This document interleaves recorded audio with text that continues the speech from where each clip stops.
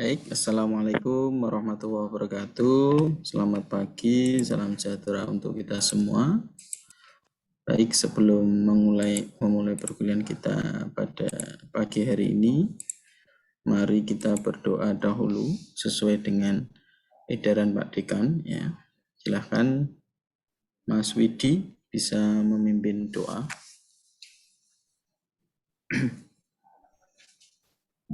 Ya, mari teman-teman kita berdoa untuk yang non-muslim bisa menyesuaikan. Bismillahirrahmanirrahim. Ya Allah, Tuhan seluruh alam, sumber segala ilmu, yang mengetahui segala yang nyata dan tersembunyi. Kami sedang mempelajari suatu ilmu, bagian dari ilmu tentang ciptaan-Mu. Mudahkan bagi kami untuk mempelajarinya, tambahkan kepada kami ilmu, serta karuniakan kepada kami pemahaman. Lapangkan dada kami, serta mudahkan dan baikan segala urusan kami. Segala pujimu di tanganmu, tergenggam segala kebaikan. Maka tetapkan kami dalam kebaikan. Amin. Baik, terima kasih Mas Widi. Oke, minggu kemarin kita sudah melaksanakan kontrak kuliah ya. Sudah banyak kesepakatan yang sudah kita sepakati bersama. Hari ini nanti kita akan diskusi, belajar bersama ya terkait dengan konsep dasar sistem pakar ya.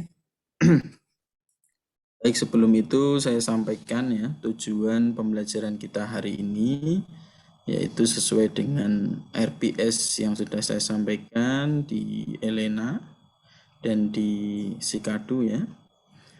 Ada CPMK ya, capaian pembelajaran mata kuliah. Yang pertama adalah memahami konsep dasar sistem pakar, kemudian yang kedua menguasai komponen pembentuk dan pengimplementasian pada sistem pakar. Kemudian sub CPMK yang kita targetkan pada pertemuan kali ini yaitu nanti mahasiswa mampu memahami dan menerapkan materi konsep dasar sistem pakar. Baik, untuk mengetahui sejauh mana perkembangan pengetahuan kalian ya, pengetahuan awal terkait dengan materi konsep dasar sistem pakar, silahkan bisa join dulu kuisis, kita coba pretest dahulu ya. Kita cek apakah sudah paham gitu ya, pemahamannya terkait dengan konsep dasar sistem pakar sudah bagus gitu. Kalau sudah ya berarti nanti tinggal sedikit mengulas saja sehingga bisa lebih mudah memahami materi yang ada. Silakan bisa join pakai gadgetnya Mas Widi. Silakan bisa pakai nama ya. Join code-nya 276367. Mbak Risma, Mas Indra. Ini Mas Wisnu mana yang belum join ya?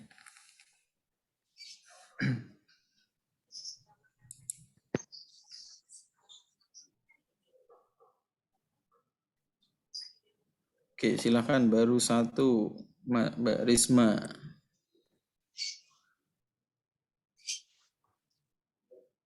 Silakan Mas Topip juga, silakan bisa buka kuisis ini ya kodenya. Kita tunggu yang lain.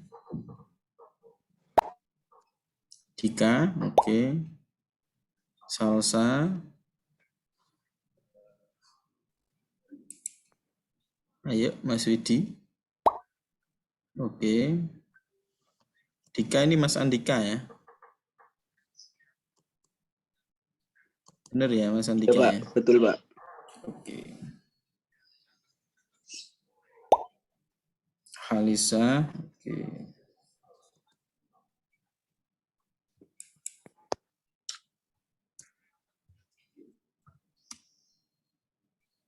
Silahkan Mas Topip.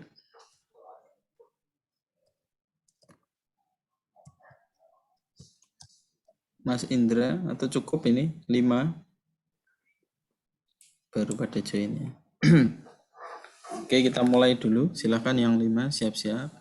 Tunggu Pak. Ini masih tunggu Mas Taufik ya. sinyalnya Oke. jelek Pak. Oke, kita tunggu dulu ya Mas Taufik. Mas Fandi, silahkan kalau mau join kuisisnya. Ini beberapa memang saya share tadi untuk join perkuliahan yang MSIB, enggak apa-apa.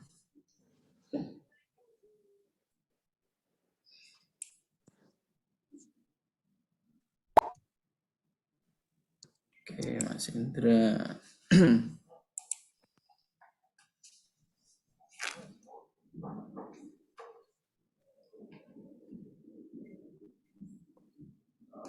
Mas Topip bagaimana? Masih proses Pak. Proses, oke. Ini ya, join code-nya 276367.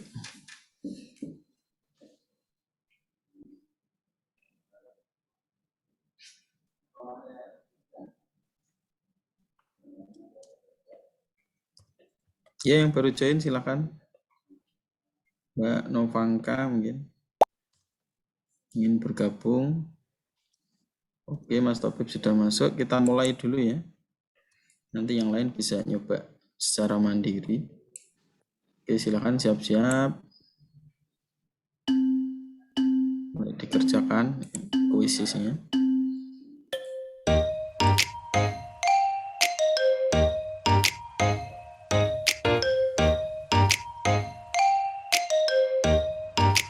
Ada 10 soal ya.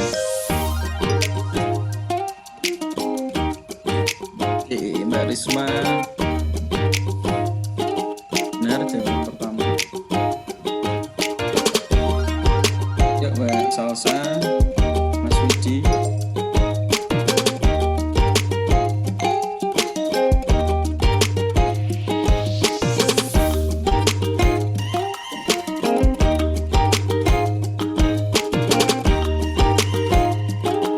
Apa ya Mas Dika? Coba lagi. Masih ada soal lain. Oke, Mas Topik naik ke peringkat 2. Mbak Risma sementara masih memimpin. Oke, Mbak Kalisa menggeser Mbak Risma ya. Mantap sekali. Oke, Mas Topik. Tidak mau kalah.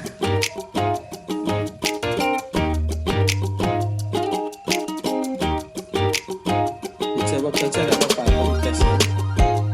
Coba aja.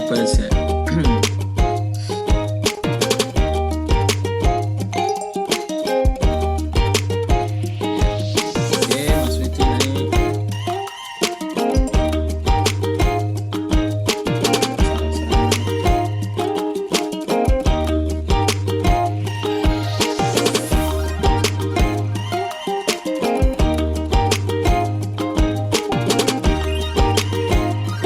Mas Indra, kok baru 1 soal? Jawab. Terpental Pak. Oh, terpental. Iya Pak. Ya. Oh ya udah. Sinyal ya. Oh iya, nggak apa-apa, santai aja.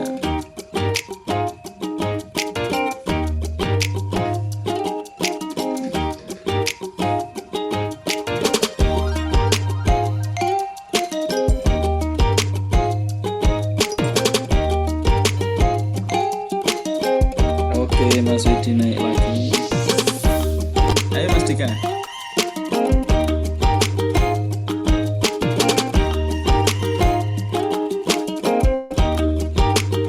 Mbak Alisa, ayo dijawab. Gak usah ragu-ragu ya, beri tes.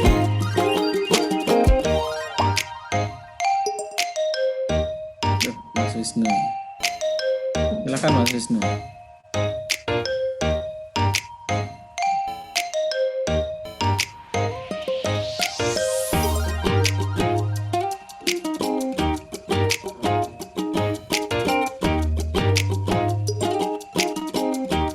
Oke, Mas Widi tergeser.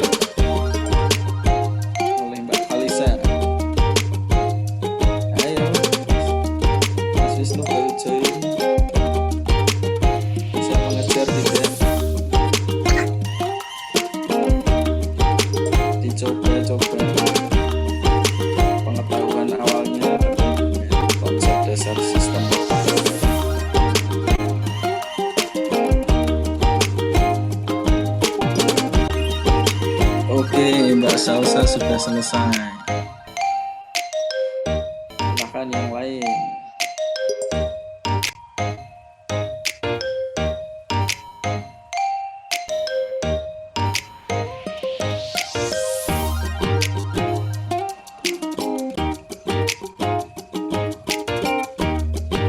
Nggak usah dipikir terlalu serius ya, Mas Widi.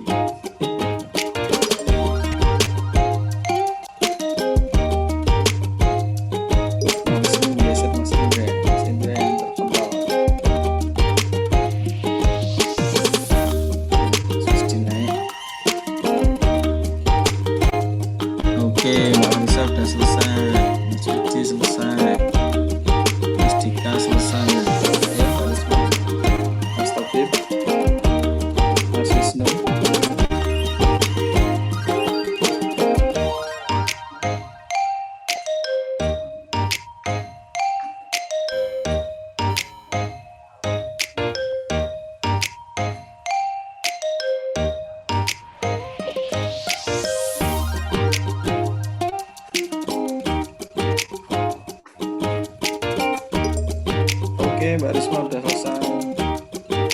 Mas Wisnu. Ayo Mas Wisnu. Kita tunggu.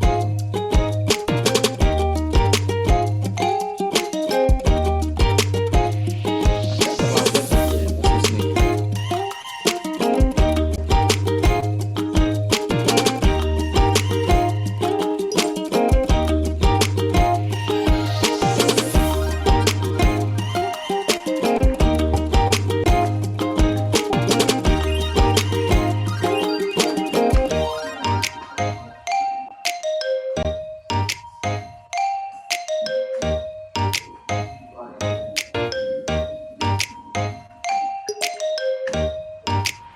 Mantap, Mas Wisnu menggeser Mbak Alisa.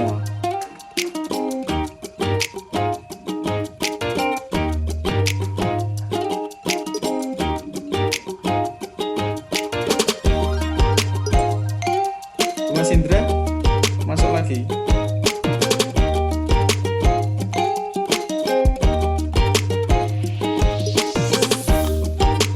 Masih bisa melanjutkan kan, Mas Indra?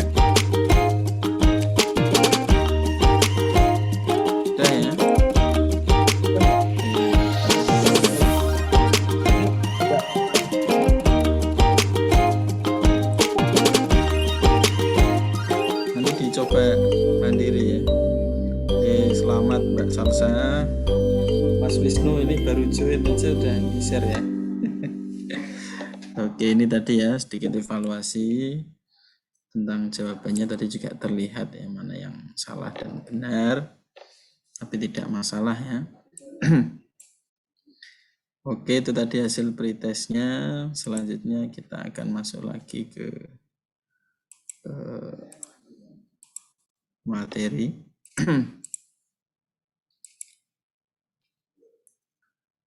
Baik, tentang pengertian sistem pakar ya. Silahkan ada yang tahu apa itu sistem pakar? Menurut kalian ya, pengetahuan awalnya ya tentang sistem pakar itu seperti apa? Coba Mas Wisnu ini. Mas Wisnu, gimana Mas Wisnu? Sambil nanti dikasih ini ya Mas Wisnu ya, poin ya di list kita ya. Silakan Mas Wisnu. Sistem pakar itu apa? Sudah tahu belum terkait dengan sistem pakar? Kalau sejauh yang saya tahu, sistem pakar itu adalah sistem yang diciptakan itu khusus untuk menyelesaikan masalah kasus tertentu, Pak. Atau misalnya kan tentang sistem tentang kedokteran, maka biasanya itu yang dikhususkan pada masalah yang dikuasai oleh seorang dokter atau dan sebagainya, seperti itu, Pak. Oh ya, oke, bagus ya Mas Wisnu ya. Suatu pengetahuan yang dilakukan oleh dokter gitu ya. Sistem untuk mengimplementasikan pengetahuan dari dokter. Oke, selanjutnya Mbak Risma, sistem pakar itu apa, Mbak? Sudah tahu belum? Ya menurut kamu apa gitu? Sistem pakar itu apa?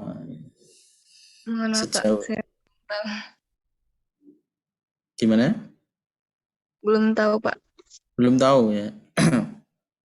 Oke, kita lanjutkan ya. Baik, sistem pakar itu adalah sistem komputer ya yang bisa menyamai atau meniru kemampuan seorang pakar. Jadi sistem ini nanti diciptakan untuk menyerupai ya atau meniru kemampuan seorang pakar. Pakar yang dimaksud di sini adalah orang yang mempunyai keahlian khusus ya, dapat menyelesaikan masalah yang tidak dapat diselesaikan oleh orang awam ya. Misalnya kita sekarang mungkin akan jadi sarjana ya, sarjana ilmu komputer gitu kan, Eskom. Kita akan ahli di bidang komputer, tapi kita awam di bidang kedokteran kan gitu ya. Nah, jadi dengan adanya sistem ini kita nanti akan bisa menyelesaikan masalah-masalah yang sebelumnya hanya bisa diselesaikan oleh seorang pakar. Kita sebagai orang awam akan bisa menyelesaikan layaknya seorang pakar yang ahli di bidangnya. Tiap-tiap orang memiliki keahlian masing-masing ya, tadi saya sudah sampaikan ya. Mungkin kalian akan ahli di bidang komputer, tapi belum tentu kalian akan ahli di bidang kedokteran. Makanya ada ahli atau pakar di bidang-bidangnya, seperti bidang kimia, fisika ya. Kalian di bidang komputer, kedokteran, dan lain sebagainya. Oke, ini ada sistem pakar menurut beberapa ahli ya. Yang pertama dari William Stubblefield ya, tahun 93, dia menyampaikan bahwa sistem pakar adalah suatu program yang dapat menirukan seorang pakar. Kemudian di tahun 92, Ephraim Turban menyampaikan bahwa sistem pakar adalah sebuah program yang mengkomputerisasikan laporan yang mencoba untuk menirukan proses pemikiran dan pengetahuan dari pakar-pakar dalam menyelesaikan masalahnya. Kemudian ada lagi tahun 89 oleh Garantano dan Riley ya. Beliau menyampaikan bahwa sistem pakar adalah suatu sistem komputer yang bisa menyamai atau meniru kemampuan seorang pakar. Oke, saya lanjutkan ya. Sejarah sistem pakar. Oke, ini saya buat tabel ya agar mudah dipahami ya, mulai tahun 1956 ya. AI berkembang perusahaan General Electric ya, menggunakan komputer pertama kali di bidang bisnis ya pada tahun 1956. Nah, istilah AI mulai dipopulerkan oleh John McCarthy ya sebagai suatu tema ilmiah di bidang komputer yang diadakan di Dartmouth College ya. Sampai sekarang pun istilah AI masih ramai diperbincangkan ya. Kalau kalian sering mendengarkan ya, sekarang segala sesuatu sudah diarahkan ke sana. Kemudian di tahun 1963 ya, ada program untuk pengecekan masalah ya oleh Samuel ya. Waktu itu dia membuat program untuk mengecek masalah-masalah yang ada. Kemudian berkembang lagi di tahun 1973, yaitu Newell and Simon ya, memperkenalkan teori logika secara konseptual yang kemudian berkembang pesat dan menjadi acuan pengembangan sistem berbasis kecerdasan buatan ya. Kemudian berkembang lagi di tahun 1976 muncul MyGene ya, yang dibuat oleh Short Life ya dengan bahasa pemrograman LISP ya. pemrograman MyJin menyimpan kurang lebih 500 basis pengetahuan dan basis aturan ya untuk mendiagnosis penyakit manusia. Wah, tahun segitu sudah ini ya, sudah mulai canggih ya. Kemudian di tahun 1978 sudah mulai penerapan ya, Buchan and Feinbaum ya, mengembangkan bahasa pemrograman Dedral ya. Bahasa pemrograman ini dibuat untuk Badan Amerika ya, NASA antariksa, digunakan untuk penelitian kimia di planet Mars. Oke, itu ya terkait dengan sejarah sistem pakar, jadi terbagi menjadi 5 bagian. Saya lanjutkan konsep dasar sistem pakar ya. Yang harus kalian ketahui ya terkait dengan konsep dasar sistem pakar itu ada keahlian atau expertise, kemudian ada pakar, expert, ada pemindahan keahlian, transferring expertise ya, ada menarik kesimpulan, inferencing, aturan, rule, dan kemampuan menjelaskan, explanation capability. Oke, nanti kita bahas satu-satu ya ini konsep-konsep dasar sistem pakar. Oke, pertama keahlian, expertise. Apa itu keahlian? Keahlian itu dapat diperoleh ya dari pelatihan atau training, membaca atau dari pengalaman. Nah, ya, kalian komputer ya, misal pengen ahli di bidang pemrograman, kalian akan melakukan pelatihan ya atau training pada diri sendiri untuk ahli di bidangnya. Nah, keahlian itu bisa dipelajari ya. Nah, kalian ingin ahli di bidang database, gitu. Kalian juga akan melatih diri atau mentraining diri untuk mampu dan paham terkait dengan database. Itu. Nah, yang pertama, keahlian itu meliputi fakta-fakta tentang area ya. Jadi ada area khusus ya yang dibatasi. Ya, misalnya terkait dengan database tadi, kemudian terkait dengan pemrograman, terkait dengan komputer, terkait dengan kedokteran, ya, keahlian itu terbatas ya, dibatasi oleh fakta-fakta. Kemudian teori-teori tentang area tersebut ya, misal kalian mempelajari pemrograman Java gitu ya, maka kalian akan tentunya akan belajar ya tentang teori-teori tentang Java. Kemudian yang ketiga, aturan-aturan tentang apa yang harus dilakukan dalam situasi permasalahan. Jadi di sana biasanya ada aturan-aturannya ya, misal kalian akan mengembangkan sebagai pemrograman menggunakan framework Laravel, maka di sana kalian akan mengikuti aturan-aturan framework dari Laravel gitu.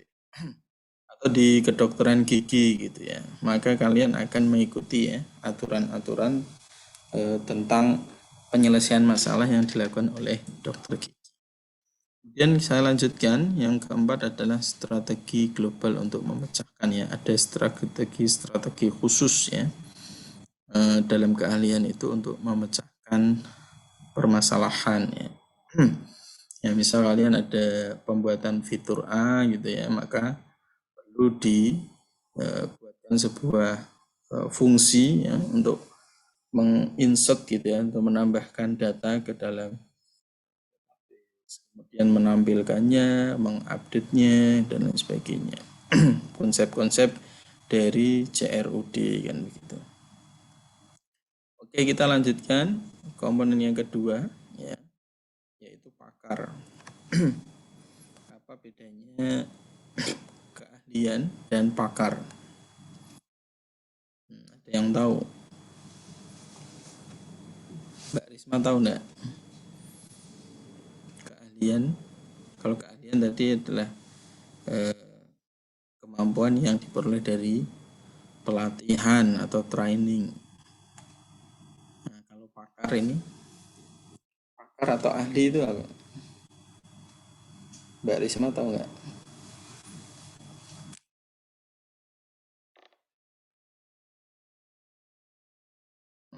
Lagi agak jauh mungkin ya, Mas Widi, coba Mas Widi tahu nggak? Pakar itu apa? Belum tahu bedanya, Pak. Gimana Mas? Apa? Belum bisa membedakan pakar atau Belum keahlian. bisa membedakan ya. Keahlian itu kan tadi kemampuannya ya. Kalau pakar ini adalah orangnya ya yang harus dimiliki agar dapat dikualifikasikan sebagai pakar. Namun berikut ini dijelaskan beberapa kualifikasi yang harus dimiliki oleh pakar. Jadi pakar itu ahlinya, kamu orangnya ya. Seorang ahli itu harus dapat atau pakar itu harus dapat mengenal dan merumuskan, mengenal permasalahannya dan kemudian dapat merumuskan solusi-solusi yang harus diberikan gitu ya. Kemudian yang kedua dapat memecahkan masalah dengan cepat. Dan ketiga dapat menjelaskan suatu ya, jadi ada problem dia dapat menjelaskan, mengidentify ya masalah tersebut itu apa gitu. Sambil nanti mencarikan solusinya. Kemudian yang keempat, seorang pakar itu dapat menentukan apa yang harus dilakukan berdasarkan masalah yang diberikan tadi. Misal harus dikasih resep A, resep B gitu ya. Nah, misal kalian sudah ahli di bidang pemrograman, maka kalian akan ini permintaannya adalah fitur A. Kalian bisa menentukan fungsi-fungsi apa yang harus dibuat, kemudian apa implementasi fungsi mana yang harus dipakai. Kemudian seorang pakar itu juga belajar dari pengalaman ya. Dia bisa belajar dari pengalaman yang dia dapatkan ya. Misal seorang dokter dalam menganalisis penyakit gigi ya misalnya, maka dia akan tentunya di lapangan akan menemukan beberapa masalah yang baru gitu ya.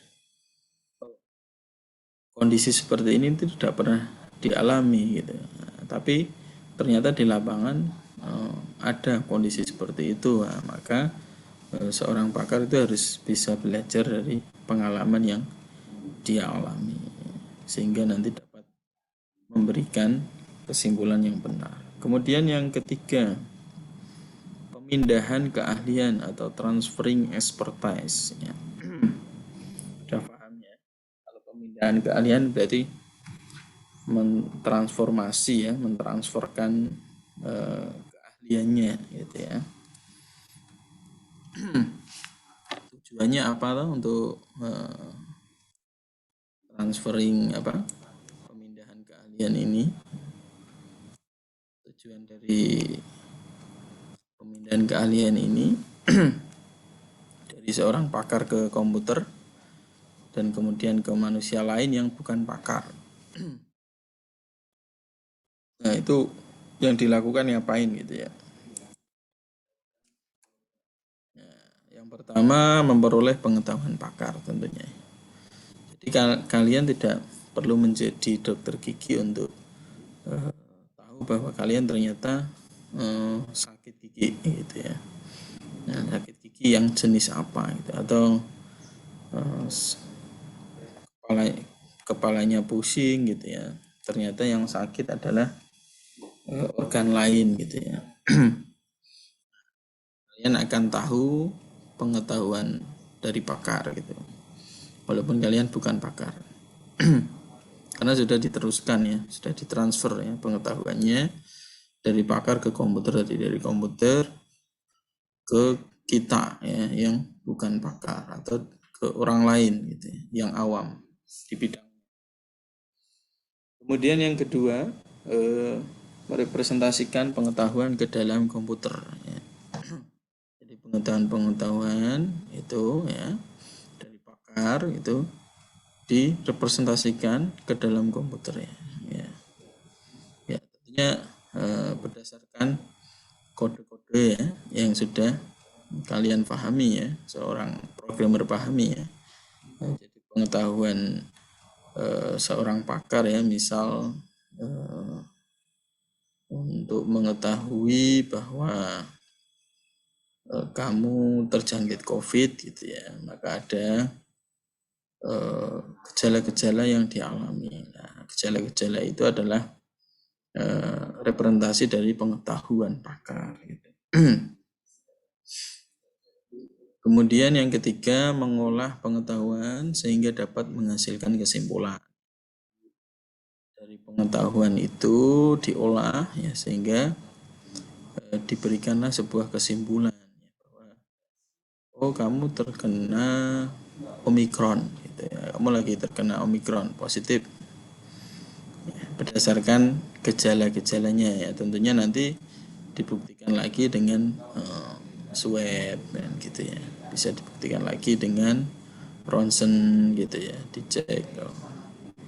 Ternyata paru-parunya menghitam gitu atau rusak gitu ya karena sering mengkonsumsi rokok gitu ya atau yang lain sebagainya yang merugikan diri gitu.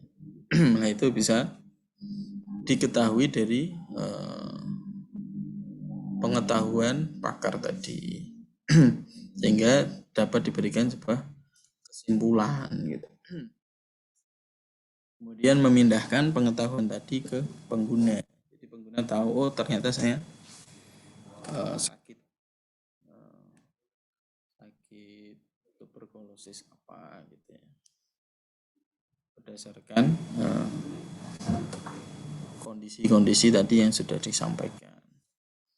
Kemudian pengetahuan disimpan dalam komputer ya berupa knowledge base ya yang kita tambahkan istilah baru ya. Jadi di pengetahuan-pengetahuan pakar itu nanti kita sebut sebagai knowledge base ya. Nah, kemudian pengetahuan ini kita bedakan menjadi dua ya. Ada fakta, ada rule. Ya, jadi yang diketahui oleh pakar itu ada kita simpan ke dalam knowledge base, kemudian di knowledge base ini ada dua modelnya, fakta dan rule gitu. Kemudian komponen selanjutnya adalah menarik kesimpulan atau inferencing. Ya. Jadi keistimewaan dari sistem pakar adalah kemampuan nalarnya. Ya. Komputer diprogram sehingga dapat membuat kesimpulan. Ya.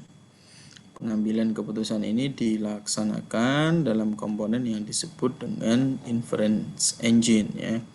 Kalau kita gambarkan ya, ada di sampingnya itu di mana posisi hubungan antara orang awam atau user ya dengan expert ya.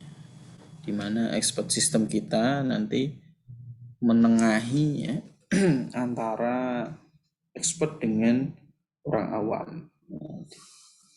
Nah, misal orang awam ini melakukan query ya, query permintaan ya terhadap sistem kita gitu ya. Maka yang pertama dilakukan dia akan masuk ke user interface ya, yang ada di sistem kita gitu ya. Kemudian masuk ke inference engine ya. Inference engine atau code kita yang baru dia akan mengakses knowledge base dari seorang expert. Knowledge base seorang expert ini disimpan ke dalam knowledge base ya, berupa tadi ya fakta dan pengetahuan ya. Kemudian dikembalikan lagi ke inference engine ya. Inference engine ditampilkan lagi ke user interface ya, sehingga user nanti bisa mengetahui ya saran apa yang diberikan expert pada dirinya tanpa perlu bertemu dengan pakar tersebut. Cukup dengan sistem. Dan selanjutnya ada aturan ya, atau rule. Ya kan sistem pakar adalah sistem berbasis rule ya. Pengetahuan disimpan dalam rule ya sebagai prosedur pemecahan masalah ya. Maybe left, maybe lurus, maybe kanan gitu ya. Jadi ada aturan-aturan. Kemudian selanjutnya ada kemampuan menjelaskan, explanation capability ya. Keistimewaan lain dari sistem pakar adalah kemampuan menjelaskan ya dari mana asal sebuah solusi atau rekomendasi diperoleh dari berdasarkan beberapa fakta yang disampaikan. Maka sistem pakar mampu menjelaskan ya bahwa dengan fakta-fakta yang diberikan itu sistem mampu merekomendasikan apa yang harus dilakukan. Oke, itu tadi ya terkait dengan beberapa konsep dasar ya sistem pakar yang harus kita pahami bersama. Oke, selanjutnya kita akan ke ciri-ciri ya. Namun sebelum ke ciri-ciri, ada yang ingin disampaikan, silakan.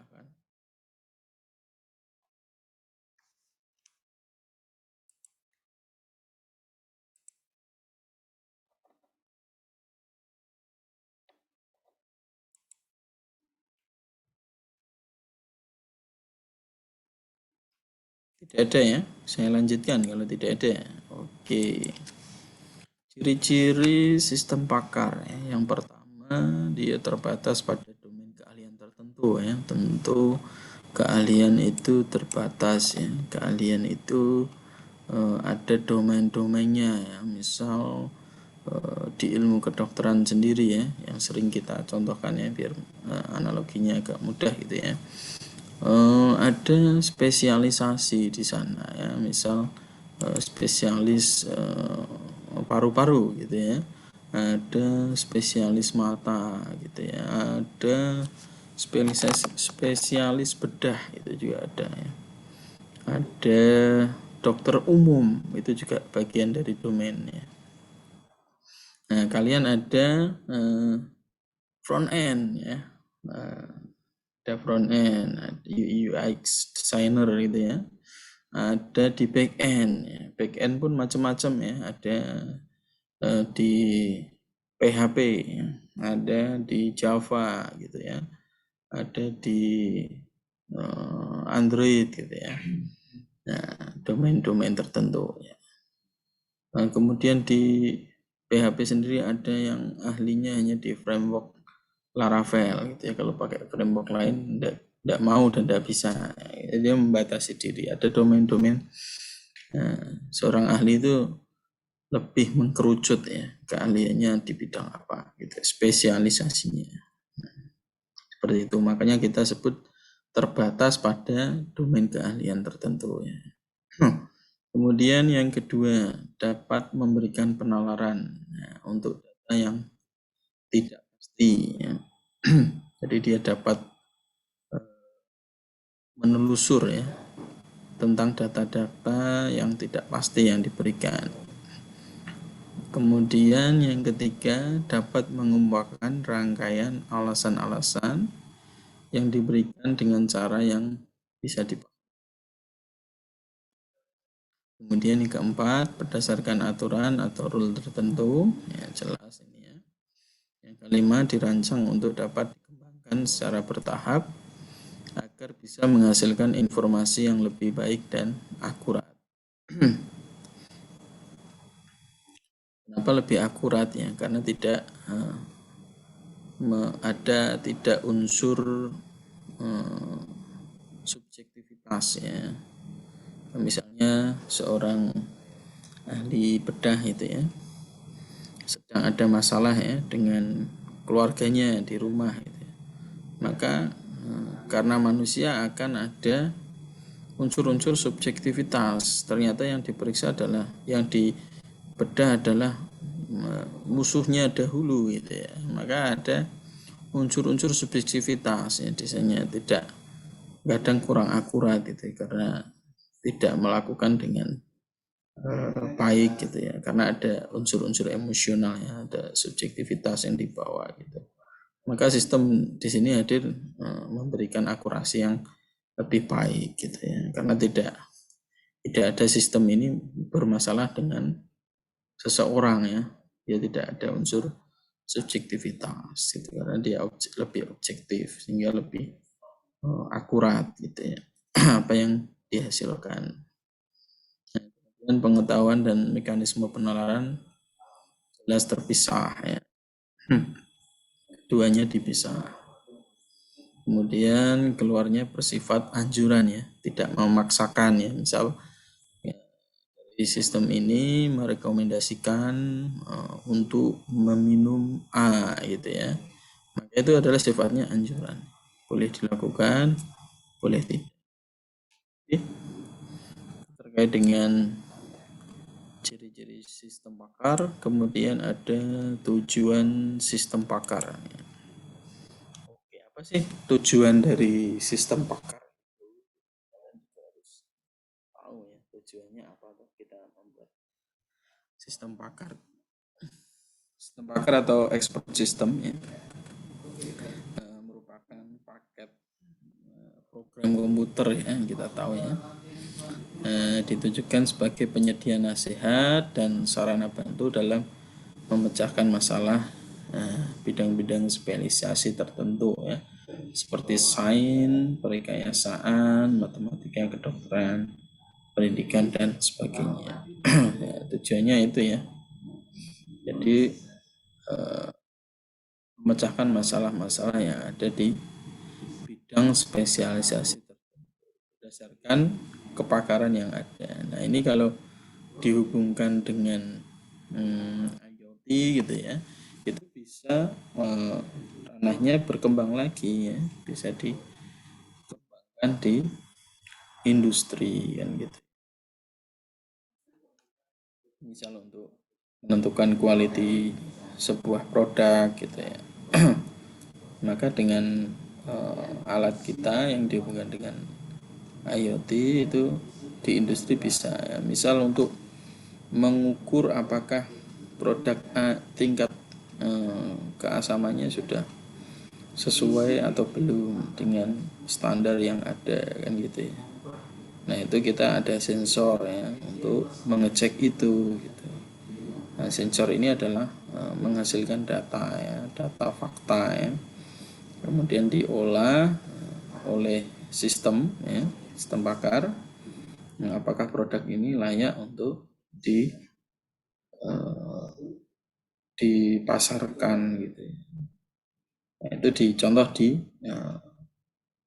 quality ya, di quality control. Nah, quality control itu kan tidak hanya di satu produk ya, di satu komponen ya. Quality kan banyak komponen. Mungkin itu bagian PH itu bagian dari quality control gitu ya. Bisa jadi kalau di garment itu adalah kualitas jahitannya gitu ya, terus ada hal lain. Kalau dihubungkan dengan IoT bisa ya diarahkan ke dunia industri. Kemudian aktivitas pemecahan masalah ini menurut Lestari ya, dia menyampaikan tahun 2012 ya, ini ada 9 ya kalau tidak salah ya, aktivitas pemecahan masalah ya. Yang pertama interpretasi ya, yaitu membuat kesimpulan atau deskripsi ya dari sekumpulan data mentah ya, pengambilan keputusan dari hasil observasi ya, termasuk pengenalan ucapan, analisis citra, interpretasi sinyal dan sebagainya. Kemudian yang kedua ada prediksi ya, yaitu memproyeksikan akibat-akibat yang dimungkinkan dari situasi-situasi tertentu ya, contohnya prediksi demografi ya, prediksi ekonomi dan lain sebagainya. Bahkan yang lebih menarik itu adalah prediksi di di dunia ini ya, trading ya, prediksi untuk saham gitu ya, prediksi untuk kripto gitu ya. Tentu sangat menarik ya, misal prediksi ini bisa memberikan akurasi yang tinggi, maka keuntungan juga akan diperoleh gitu ya dengan tinggi. Kemudian ada diagnosis ya, menentukan sebab multifungsi dalam situasi kompleks yang didasarkan pada gejala-gejala yang teramati ya, diagnosis medis seperti elektronis, mekanis dan lain-lain.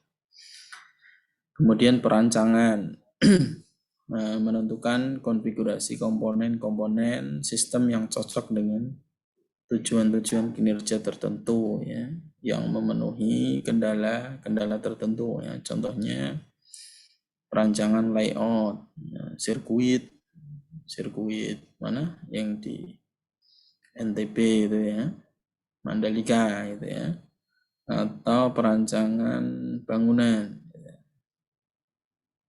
Nah, itu juga bagian dari aktivitas pemecahan masalah ya. Bisa juga melalui perencanaan ya, merencanakan serangkaian tindakan yang akan dapat mencapai sejumlah tujuan ya, dengan kondisi awal tertentu ya. Contohnya perencanaan keuangan, perencanaan militer dan lain sebagainya. Ya, merencanakan sesuatu juga merencanakan pemecahan masalah yang ada kan gitu ya. Karena mungkin diprediksi nih, misal di tahun depan akan ada krisis gitu ya. Maka dengan perencanaan di sini akan dilakukan pencegahan ya, sehingga krisis itu tidak terjadi kan begitu ya. Kemudian ada aktivitas lain juga dengan melakukan monitoring ya, membandingkan hasil pengamatan dengan kondisi yang diharapkan.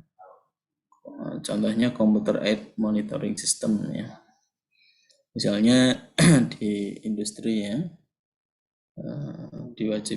diharapkan untuk memproduksi sejumlah sekian ya, ternyata hanya sekian, maka hasil tersebut diperoleh dari monitoring gitu ya. Adanya penurunan produksi di mesin A gitu ya, maka perlakuannya bisa, permasalahan tersebut bisa diselesaikan. Kemudian ada debugging ya, menentukan dan menginterpretasikan cara-cara untuk mengatasi malfungsi, contohnya memberikan resep obat terhadap kegagalan apa gitu ya. Atau di pemrograman ya, udah biasa ya kalau kita pakai debugging gitu ya. Kemudian ada lagi instruksi ya, aktivitas yang bisa memecahkan masalah ya. Instruksi, mendeteksi dan mengoreksi diferensiasi dalam pemahaman domain subjek ya. Contohnya melakukan instruksi untuk diagnosis dan debugging. Itu juga bagian dari aktivitas pemecahan masalah ya. Ada instruksi untuk diapakan. Kemudian ada kontrol, mengatur tingkah laku suatu environment ya, yang kompleks. Contohnya melakukan kontrol terhadap interpretasi, prediksi, perbaikan, dan monitoring kelakuan sistem ya. Jadi kontrol itu juga bagian dari aktivitas pemecahan masalah ya. Tapi dia akan lebih umum ya. Misal ternyata didapatkan tadi data interpretasi, data prediksi, data diagnosis, maka di kontrol ini dia dapat memberikan tingkah laku apa yang harus dilakukan. Oke, itu ya aktivitas pemecahan masalah. Kita lanjutkan lagi ke struktur sistem pakar ya. Ada 7 struktur sistem pakar, ada 7. Yang pertama ada antarmuka pengguna, user interface, kemudian ada basis pengetahuan, akuisisi pengetahuan, ada mesin motor inference, ada workplace atau blackboard, ya. Ada fasilitas penjelasan, ada perbaikan pengetahuan. Oke, kita satu-satu ya. Antarmuka pengguna atau user interface, ini sudah biasa ya di kalian ya. Antarmuka merupakan mekanisme ya yang digunakan oleh pengguna dan sistem pakar. Antarmuka menerima informasi dari pemakai dan mengubahnya ke dalam bentuk yang dapat diterima oleh sistem. Selain itu, antarmuka menerima dari sistem dan menyajikannya ke dalam bentuk yang dapat dimengerti oleh pemakai. Ya, misalnya di sini kalian interface ini terus berkembang ya. Sekarang yang mungkin di aplikasi yang model-model ya, seperti Halodoc, itu juga interface-nya adalah interface yang sudah mulai dia konsultasi gitu. Seperti berkonsultasi kepada dokter gitu ya. Gitu ya, tidak harus berupa ini ya web base gitu ya, sudah punya berupa chat-chat gitu ya. Nah, nanti informasi-informasi itu bisa didapatkan oleh sistem kalau gitu ya. Nah, maka harus user interface ini memang harus terus dikembangkan ya. Yang diinginkan oleh manusia saat ini interface yang seperti apa. Kalian juga tidak bisa terus-menerus pakai model-model lama gitu ya, harus dikembangkan terus ya. Bahkan ada yang model-modelnya dia hanya ya mengamati ya, menyimpan data kemudian menyajikan apa yang sering dia buka ya, misal di YouTube ya. Di YouTube itu kalian sering membuka kontennya Deddy Corbuzier gitu ya, atau beberapa artis lain gitu ya yang kalian suka amati gitu ya, maka kontennya mereka akan sering muncul gitu ya di dashboard kalian gitu ya. Nah, itu kalian tidak secara langsung meminta ya, tapi secara otomatis sistem memberikan rekomendasi gitu ya. Model-model perkembangannya sejauh ini seperti itu ya untuk model-model interface. Akan ada yang tidak muncul tapi tahu apa yang diharapkan, tapi ada yang memang yang harus memunculkan tapi dengan model-model baru seperti ya berkonsultasi dengan chatting ya, melalui chattingnya. Dikira chatting dengan dokter, ternyata di chatting dengan botnya begitu ya. Tapi dengan dikelola dengan sedemikian rupa ya, dia bisa dia dokter ya, jawabnya juga ini gitu, sesuai dengan apa yang ditanyakan. Kemudian mungkin di tengah-tengah itu dia juga melakukan diagnosa tanpa diketahui oleh pasiennya. Misal, halo dok, ini secara tidak langsung dia menyampaikan gitu ya, tanpa bertanya gitu. Oke. Basis pengetahuan, kemudian yang kedua ada basis pengetahuan. Basis pengetahuan mengandung pengetahuan untuk pemahaman formulasi ya dan penyelesaian masalah ya. Misal di sini ada tabel ya, daftar gejala tuberkulosis ya. Misal di sini ada batuk terus menerus dan berdahak ya selama 3 minggu lebih ya. Dahak bercampur darah, batuk darah gitu ya, demam yang langsung lama, sesak nafas dan nyeri dada. Nah, sebenarnya bisa dirumuskan ya. Misal batuk, berarti kan batuknya yang bagaimana? Batuk yang seperti apa?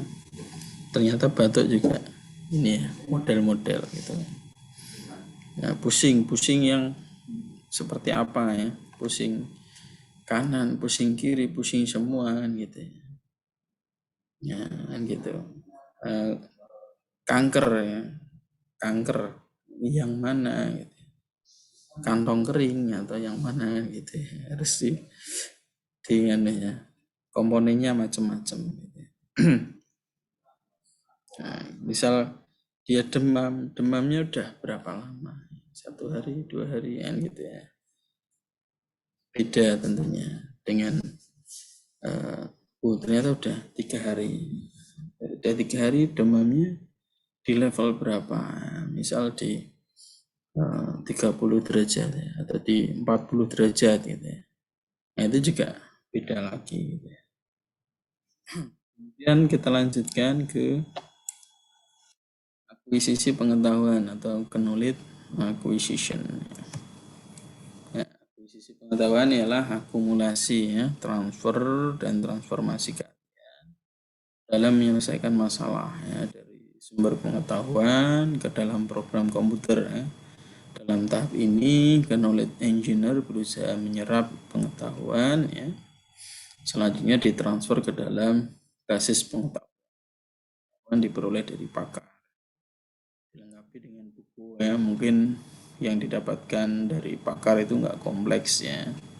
Misal kalian mewawancarai seorang dokter kan gitu kan, kalau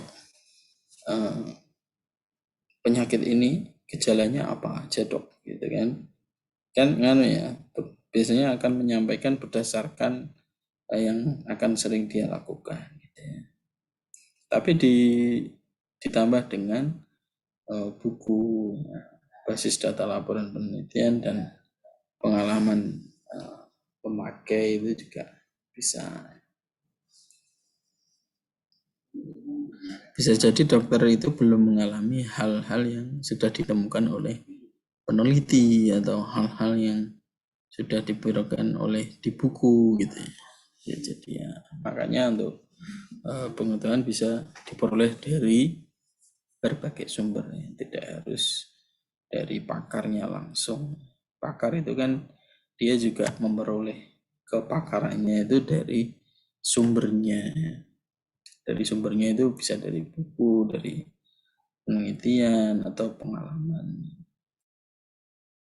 Kemudian selanjutnya ada motor ya, mesin atau motor inference engine ya. Komponen ini mengandung mekanisme ya, pola pikir dan penalaran yang digunakan oleh pakar ya dalam menyelesaikan suatu masalah ya. Mesin inferensi adalah program komputer yang memberikan metodologi untuk penalaran tentang informasi yang ada dalam basis pengetahuan dan di dalam workplace dan untuk memformulasikan kesimpulan. Jadi kalau dalam komputer ya program kalian ya itu nanti ya. Inference engine-nya.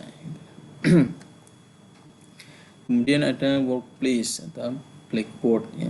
Workplace merupakan area ya dari sekumpulan memori kerja atau working memory digunakan untuk merekam kejadian yang sedang berlangsung termasuk putusan sementara. Ya, kalau ini temporary ya biasanya kalau bahasa kalian. Data-data yang diberikan itu akan disimpan secara temporary ya, working memory ya. Ya, menganalisis sesuatu kan tidak satu komponen ya, ada banyak komponen yang harus dipenuhi sehingga dia terkonfirmasi positif COVID gitu ya. Ada yang pertama dia pilek gitu ya, atau demam, suhu badannya melebihi sekian gitu ya, tenggorokannya ini gitu ya. Nah, kemudian itu terjadi sering atau tidak sering kan gitu, atau itu hanya radang biasa gitu ya, radang tenggorokan biasa, atau itu bagian dari virus ya, Omikron gitu ya, bisa jadi. Nah, makanya gejala-gejala itu kan hampir sama ya, sehingga harus disimpan ya dulu ke dalam working memory ya, sehingga nanti dalam menyimpulkannya tidak berdasarkan satu komponen saja. Oke, kita lanjutkan ke fasilitas penjelasan.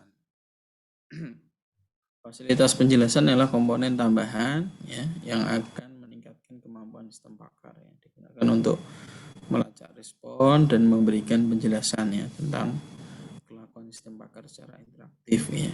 Ya bisa saja melalui pertanyaan ya, bisa saja melalui konsultasi ya, konsultasi bisa saja dari unggahan ya, unggahan apa gitu ya, dokumen gitu ya, atau scanning, hasil scanning gitu ya, dan sebagainya yang saat ini sering dilakukan gitu ya, bisa saja dengan history tracingnya gitu ya, history browsingnya gitu ya, bisa saja. Tidak harus melalui pertanyaan. Oke, perbaikan pengetahuan selanjutnya ya. Pakar memiliki kemampuan ya untuk menganalisis dan meningkatkan kinerjanya serta belajar dari kinerjanya. Kemampuan tersebut ialah penting dalam pembelajaran terkomputerisasi, sehingga program akan mampu menganalisis penyebab kesuksesan dan kegagalan yang dialaminya dan juga mengevaluasi ya, apakah pengetahuan-pengetahuan yang ada masih cocok untuk digunakan di masa mendatang. Misal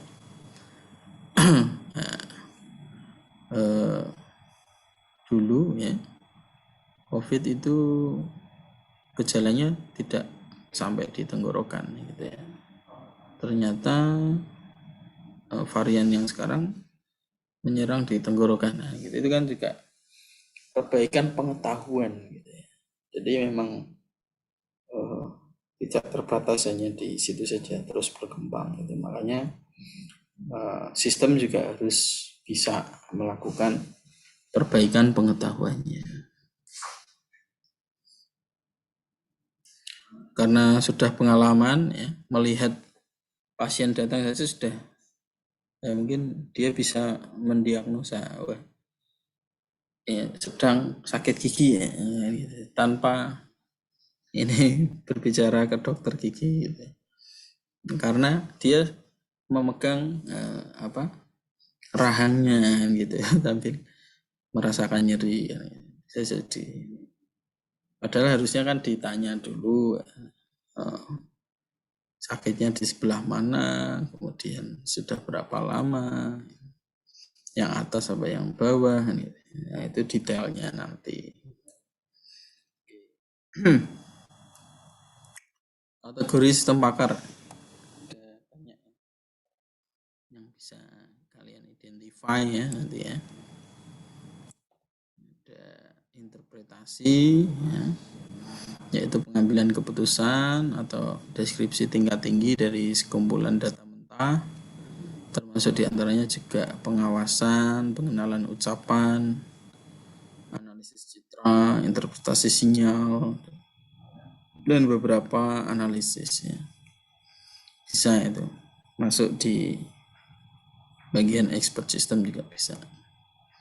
Kemudian ada proyeksi, yaitu memprediksi ya, akibat-akibat yang dimungkinkan di situasi-situasi tertentu yang diantaranya peramalan, prediksi demografis, ya, peramalan ekonomi, prediksi lalu lintas, estimasi hasil, militer, pemasaran, atau peramalan. Bisa juga diagnosis ya, ini yang sering ya, yaitu menentukan sebab malfungsi dalam situasi kompleks yang didasarkan pada gejala-gejala yang teramati ya. Di antaranya medis, elektronis, mekanis, dan diagnosis perangkat keras dan perangkat lunak komputer. Ya, biasanya kalau ada teman ya atau saudara kalian ya, laptopku mati, gitu ya. Laptop saya kok nggak bisa hidup. Nah, kemudian kalian tentunya akan melakukan diagnosis ya terhadap laptop itu. Ya. Yang pertama ini dicek indikatornya masuk nggak, nah gitu pertama. Jangan-jangan baterainya habis, ya gitu, baterainya habis. Oh, ternyata chargernya yang rusak sehingga dia nggak ada daya. Setelah dicek chargernya, ternyata didiagnosis chargernya, oh bisa ngecas. Kemudian dicek apakah RAM-nya tertancap dengan baik gitu ya, atau kotor. Gitu. Nah, dicek. Oh, ternyata agak terlepas gitu ya. Oh, berarti RAM-nya kan gitu. Oh, ternyata casnya masuk tapi memang nggak bisa hidup, oh berarti power supply-nya ini tidak menyimpan ke baterai, jadi harus langsung listrik kan gitu. Nah, itu contoh-contoh diagnosis. Kita lanjutkan, kategorinya ada lain lagi desain ya, yaitu menentukan konfigurasi komponen-komponen sistem yang cocok dengan tujuan-tujuan kinerja tertentu yang memenuhi kendala-kendala tertentu ya, diantaranya layout sirkuit dan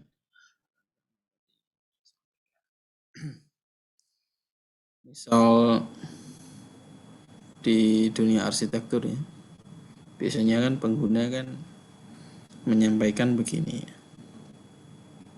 saya punya tanah luas lebar 8, panjang 14.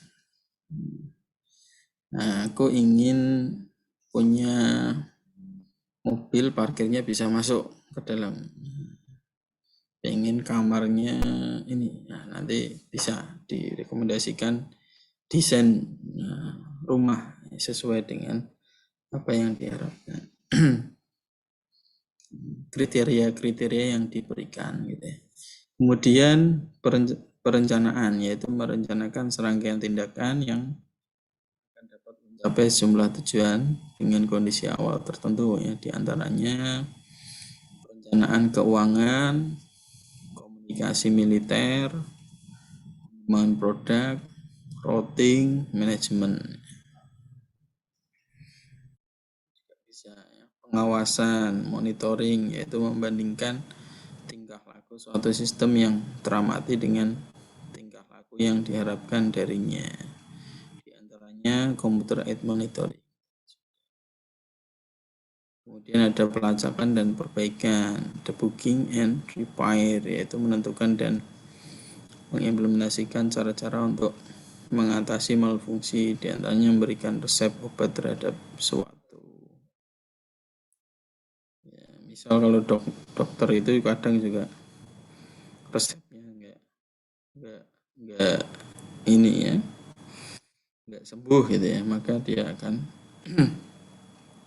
itu dia melakukan pelacakan. Ya kemarin dikasih obat apa gini ya.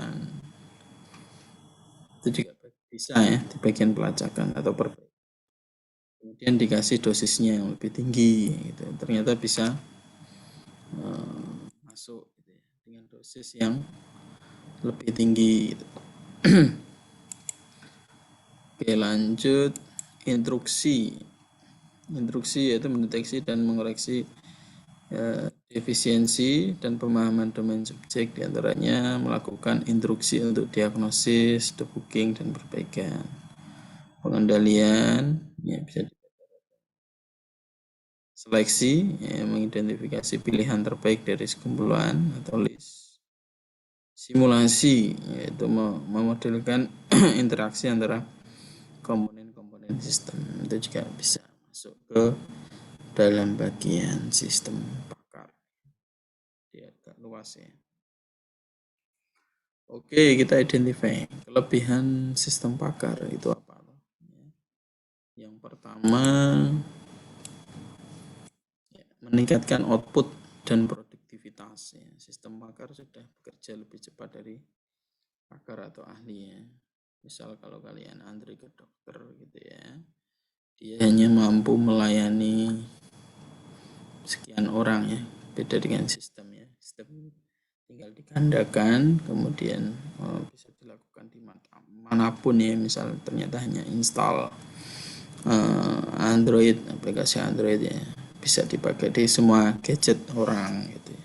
Kemudian yang kedua, meningkatkan kualitas ya. Sistem pakar menyediakan nasihat yang konsisten dan dapat mengurangi tingkat kesalahan karena tidak ada emosional ya, tidak ada perasaan ya, yang dimasukkan di sana. Ya ada campurannya, tidak ada intervensi. Kemudian yang ketiga, handal reliability. Sistem pakar tidak lelah atau bosan, juga konsisten dalam memberikan rekomendasi. Handal ya, bisa 24 jam kalau dokter kan ya istirahatnya kan gitu. Kemudian yang keempat, merupakan arsip yang terpercaya dari sebuah keahlian sehingga pengguna seolah-olah berkonsultasi langsung dengan pakar meskipun sang pakar mungkin sudah pensiun ya. Misal kalau kalian ya nyaman dengan dokter Lukman gitu ya, beliau udah pensiun gitu. Biasanya kalau ke dokter Lukman itu sembuh ya, oleh dokter lain enggak. Ternyata obat-obat atau yang diberikan oleh dokter Lukman itu dosisnya lebih tinggi ya, dibandingkan dengan dokter lain. Maka dosis-dosis yang diberikan dokter Lukman kalian interpretasikan ke dalam sebuah sistem yang bisa dipercaya, arsip yang bisa dipercaya, walaupun dokter Lukman sudah pensiun. Kemudian ada kelemahan sistem pakar. Yang pertama adalah masalah dalam mendapatkan pengetahuan ya, di mana pengetahuan tidak selalu bisa didapatkan dengan mudah ya, karena kadang-kala pakar dari masalah yang kita buat tidak ada ya. Kadang-kadang pendekatan yang dimiliki oleh pakar berbeda-beda. Seperti tadi ya, resep diagnosa dokter aja beda-beda. Periksa di dokter A katanya radang, gejala radang. Di dokter B, wah ini Omikron gitu ya. Omikron ini gitu ya. Nah, dokter C, wah ini iritasi di radang tenggorokan gitu ya. Nah, itu macam-macam. Kemudian yang kedua, membuat suatu sistem pakar yang benar-benar berkualitas tinggi sangatlah sulitnya dan memerlukan biaya yang sangat besar untuk pengembangannya. Ya, misal kalian ingin membuat sistem pakar mata gitu ya, kalian kan harus ini dapatkan pengetahuan dari dokter mata gitu ya. Kemudian dicek oleh dokter mata, spesialis mata, apakah sistem ini sudah mewakili dokter mata atau mewakili dokter kulit dalam memberikan diagnosa, memberikan rekomendasi gitu. Nah, maka itu butuh biaya yang besar. Nah, itu hanya di satu bidang tertentu. Kemudian yang ketiga, sistem pakar tidaklah 100% bernilai benar ya. Oleh karena itu perlu diuji ulang secara teliti ya, sebelum digunakan. Peran manusia tetap merupakan faktor dominannya. Jadi jika sistem kalian ingin dipakai oleh banyak orang, harus diujikan terlebih dahulu ya, uji validitasnya. Apakah sistemnya layak untuk dipakai gitu. Apakah rekomendasi yang diberikan benar-benar cocok ya. Jangan sampai salah ya, sakit kepala dikasih obat sakit perut kan gitu ya. harus diuji. Maka sistem bakar tidaklah 100% bernilai benar. Oke, sudah di pengunjung pertemuan ya. Silahkan saya berikan tugas ya. Identifikasi seorang pakar ya atau ahli di sekitar kalian ya. Tidak harus di tetangga ya. Bisa jadi kalian browsing gitu ya. Mengamati apa gitu ya.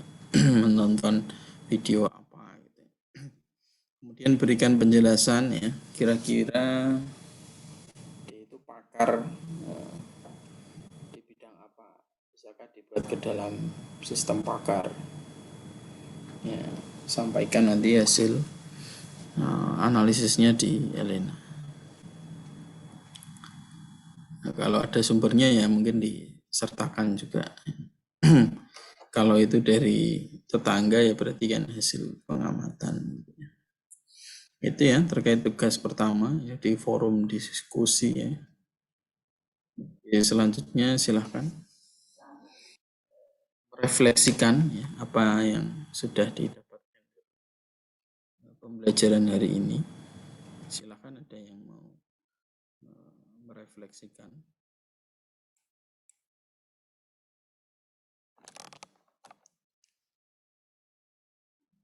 Mas Wisnu, nambah nggak? Hari ini ilmunya nambah nggak gitu? Mas Wisnu gimana Mas Wisnu? Apa yang didapatkan dari perkuliahan kita hari ini? Ada yang didapatkan nggak? Atau ternyata tadi ngeblank semua gitu? Silakan Mas Wisnu, silakan. Untuk yang pertemuan kali ini semakin bertambah sih Pak ilmunya Pak. Dari yang tadinya mungkin masih belum tahu dan mungkin cuma samar-samar, sekarang menjadi lebih jelas apa itu tentang sistem bakar.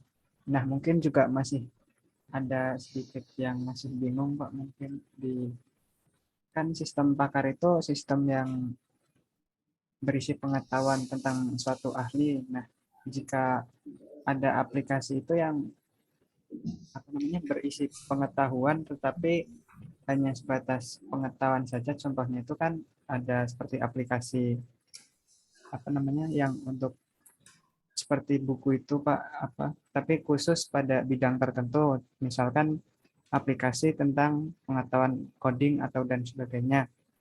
Nah apakah aplikasi tersebut itu juga bisa dikatakan sebagai sistem bakar Pak, karena berisi pengetahuan tertentu, contohnya itu barusan pengetahuan seorang programmer atau yang semisalnya seperti itu Pak. Dan mungkin sudah cukup untuk pertanyaan saya, dan untuk perkuliahan kali ini sangat bermanfaat. Terima kasih Pak Yahya, kurang lebihnya saya mohon maaf. Terima kasih. Ya, baik. Terima kasih Mas Wisnu ya sudah menyampaikan refleksinya di pertemuan kita kali ini ya. Ya, jadi kalau e-book gitu ya Mas Wisnu ya, maksudnya apakah itu juga bagian dari sistem bakar gitu ya? Nah, kita lihat tadi ya kategorinya. Kategorinya di buku tersebut, apakah dia masuk ke dalam yang ada atau dia hanya sekedar menyampaikan informasi. Kalau dia hanya menyampaikan informasi atau belum ya, dia tidak menginterpretasi ya, dia tidak proyeksi, dia tidak melakukan diagnosis ya, dia tidak memberikan desain, dia tidak melakukan perencanaan ya. Maka itu belum bisa ya, disebut sebagai sistem bakar. Nah, gitu, karena dia tidak bisa merepresentasikan ya, keahlian tertentu gitu. Ya, Mas Wisnu ya. Baik, Pak. Terima kasih banyak atas penjelasannya, Pak. Oke, yang lain silakan. Ada yang mau merefleksikan? Mas Andika, Mas Widi, Mas Indra, Mas Taufik, Mas Ovib mungkin.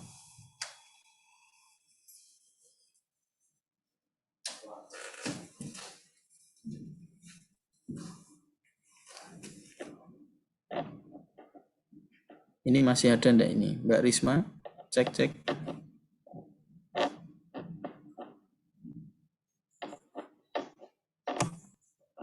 Ya, masih ada, Pak. Mas Taufik. Gimana Mas Taufik? Enggak, mau tanya aja. Ini dalam pembuatan sistem pakar itu harus ada pakarnya gitu, Pak. Itu enggak bisa kayak meneliti sendiri gitu. Nah, mungkin terkait dengan sumber ya. Mas Taufik menanyakan sumber. Kalau sumber itu tidak hanya dari pakar ya, tadi sudah saya sampaikan ya, bisa dari buku, bisa dari hasil penelitian ya, atau laporan. Jadi tidak harus bersumber dari pakar. Pakar sendiri pun kadang memiliki pendekatan yang berbeda-beda ya. Seperti tadi ya, kamu periksa ada nyeri di tenggorokan, dokter A menyampaikan itu gejala radang, kemudian dokter B menyampaikan itu radang, dokter C menyampaikan itu gejala Omikron, atau dokter D menyampaikan itu terjadi luka ya di tenggorokan gitu. Nah, pendekatan pakar itu berbeda-beda. Makanya sumbernya tidak hanya satu, bersumber dari pakar saja. Gitu ya Mas Taufik ya.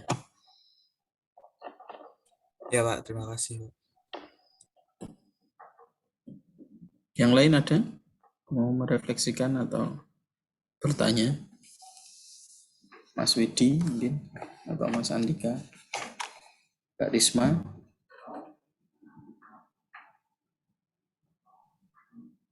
Izin bertanya, Pak. Silakan Mbak Risma. Mau tanya, Pak, bagaimana dengan tes kepribadian dari sebuah situs? Apakah sistem pada tersebut dapat dikategorikan dalam sistem pakar, Pak? Kepribadian. Iya, tes kepribadian. Maksudnya IQ itu atau Ya, hasilnya seperti apa?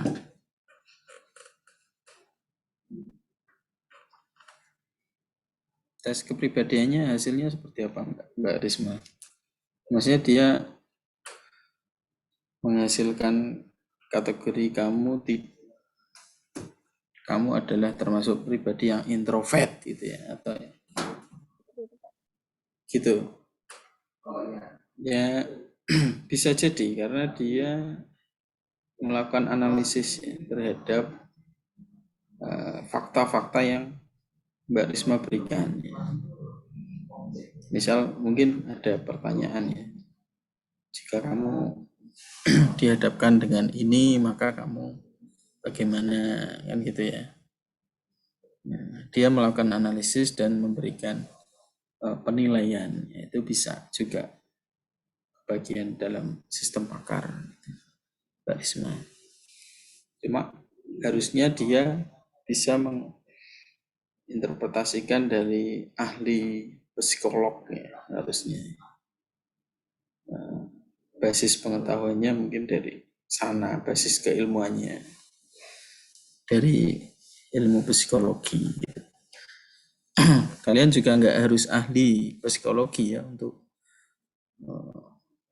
bisa menciptakan sistem kepribadian tersebut.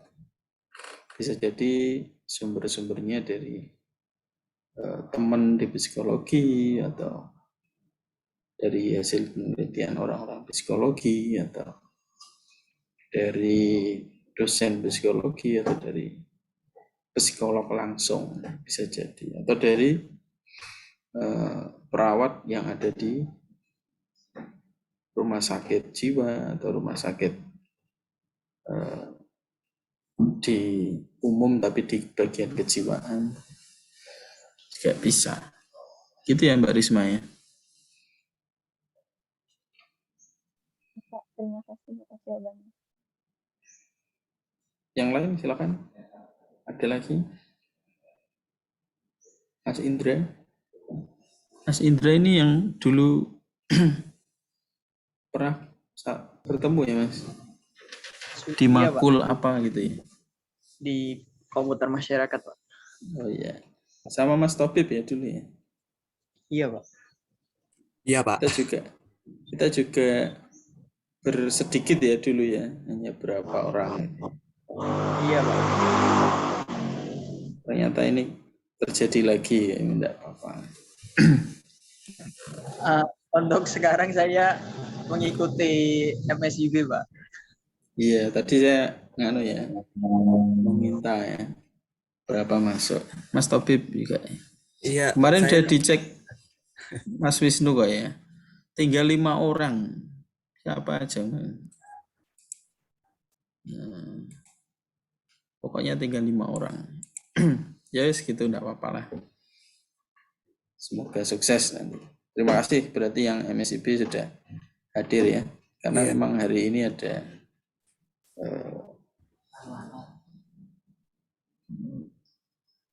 real teaching ya dari kegiatan Pekerti. Oke. Terima kasih. Kalau tidak ada yang disampaikan lagi, saya rasa cukup ya perkuliahan kita hari ini. Silahkan kita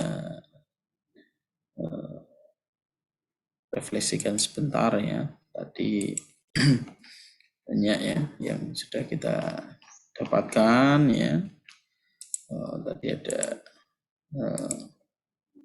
puisi seperti tes ya sebelum kita belajar ya, untuk mengecek pengetahuan awal ya. Kemudian kita juga sudah sampaikan definisi ya terkait dengan sistem pakar, sejarah gitu ya, konsep dasar.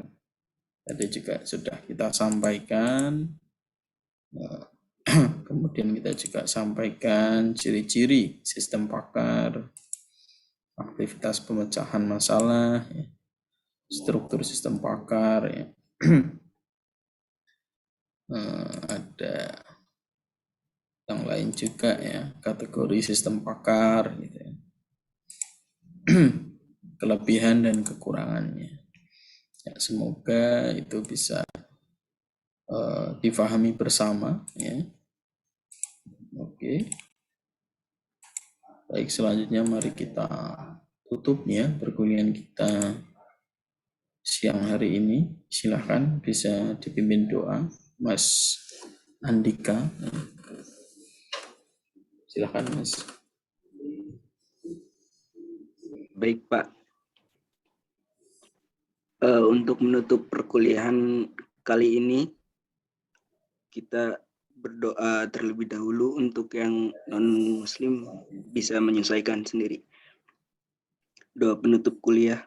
Alhamdulillahirrabbilalamin. Segala puji bagimu ya Allah, Tuhan yang telah memberi kami kesempatan belajar, serta menyadari kebesaran-Mu. Maafkan kekurangan kami, serta selalu bimbing kami untuk memperoleh kebaikan. Amin. Terima kasih Mas Andika dan kawan-kawan semua yang sudah memperhatikan perkuliahan kita hari ini. Saya akhiri sampai ketemu minggu depan ya. Assalamualaikum warahmatullahi wabarakatuh. Selamat siang, selamat melanjutkan aktivitas.